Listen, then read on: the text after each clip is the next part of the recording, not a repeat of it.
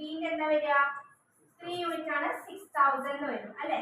അങ്ങനെയായിട്ട് separate savings നമുക്ക് എന്ത് കിട്ടി 4000 ഉം 6000 ഉം കിട്ടി.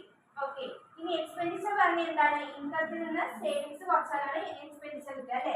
അപ്പൊ എന്താ വരിക 7x - 4000 ഡിവൈഡഡ് ബൈ 9x - 6000 ആണ് എന്ത് പറയുന്നത് 4:5 അല്ലേ. അത് സോൾവ് ചെയ്താൽ നമുക്ക് x ന്റെ വാല്യൂ കിട്ടില്ലേ. ചെയ്ത് നോക്കിയേ.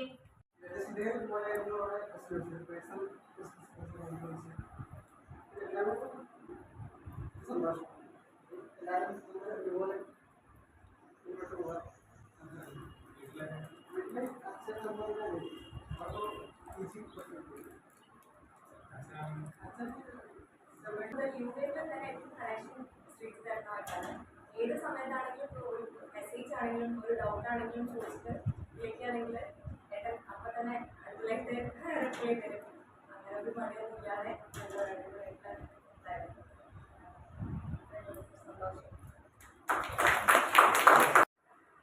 ബിസിനസ് ഓറിയന്റഡ് ആയ ഒരു കമ്മ്യൂണിറ്റിയിൽ നിന്ന് ഒരു ഗവൺമെന്റ് എംപ്ലോയി എന്ന ടാഗിലേക്ക് ഞാൻ ഇവിടെ നിൽക്കുകയാണെങ്കിൽ അതിൽ വലിയൊരു പാർട്ട് ബാങ്കേഴ്സ് അക്കാഡമിക്ക് ഉണ്ട്.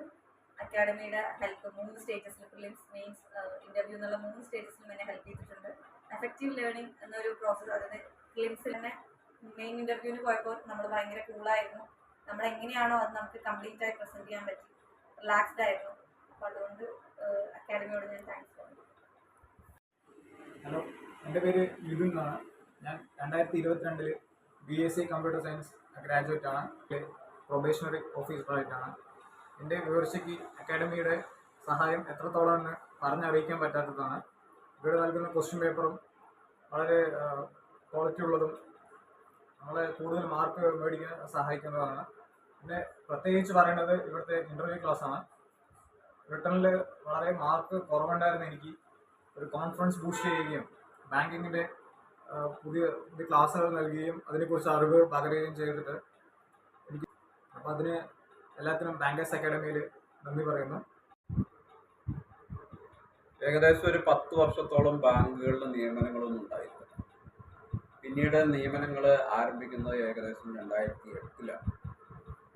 അപ്പോൾ ഉണ്ടായിരുന്ന ഒരു സാഹചര്യം എന്ന് പറയുന്നത് ലക്ഷക്കണക്കിന് രൂപ മുടക്കി കൊല്ലത്തും കോഴിക്കോടും ഒക്കെ ഹോസ്റ്റലിൽ പോയി നിന്ന് പഠിക്കുന്ന കുട്ടികൾക്ക് മാത്രമേ ജോലി കിട്ടുന്ന ഒരു സാഹചര്യം ഉണ്ടായിരുന്നു. ഇത് മനസ്സിലാക്കിയ bank employees federation of India കൊടുക്കും. അതോടൊപ്പം തന്നെ അവരുടെ സോഫ്റ്റ് സ്കിൽ അടക്കമുള്ള അവർ പഠിച്ച വിഷയമടക്കമുള്ള കാര്യങ്ങളുടെ ആവശ്യമായിട്ടുള്ള കോച്ചിങ് എല്ലാം കൊടുത്തുകൊണ്ട് യഥാർത്ഥത്തിൽ ഇവിടുന്ന് 8ഉം 10ഉം മോക്ക് ഇൻ്റർവ്യൂ ആണ് ഒരു കുട്ടിക്ക് കിട്ടുന്നത്. അത് കഴിഞ്ഞ ശേഷം അവർക്ക് അവരുടെ യഥാർത്ഥ ഇൻ്റർവ്യൂവിന് പോകുന്നതിന് ഒരു പ്രയാസവും ഉണ്ടാവാറില്ല. നല്ല റിസൾട്ടാണ് ഉണ്ടായിക്കൊണ്ടിരിക്കുന്നത്. ഏറ്റവും അവസാനമായി 2024 കേരള ഗ്രാമീൺ ബാങ്കിൻ്റെ റിസൾട്ടാണ് ഇപ്പോൾ ഏറ്റവും അവസാനമായി ജനുവരി 1 പുറത്തു വന്നിരിക്കുന്നത്. പാലക്കാട് ജില്ലയിൽ നിന്ന് ആകെ 23 കുട്ടികൾക്കാണ് കിട്ടിയിരിക്കുന്നത്. ആ 23 കുട്ടികളിൽ 12 പേരും ബാങ്കേഴ്സ് അക്കാദമിയിൽ പഠിച്ചവരാണെന്ന് പറയുമ്പോൾ ഇവിടുത്തെ റിസൾട്ട് എത്രമാത്രം ഉണ്ട് എന്നുള്ളത് നമുക്ക് മനസ്സിലാക്കാൻ വേണ്ടി കഴിയുമെന്നുള്ളതാണ്.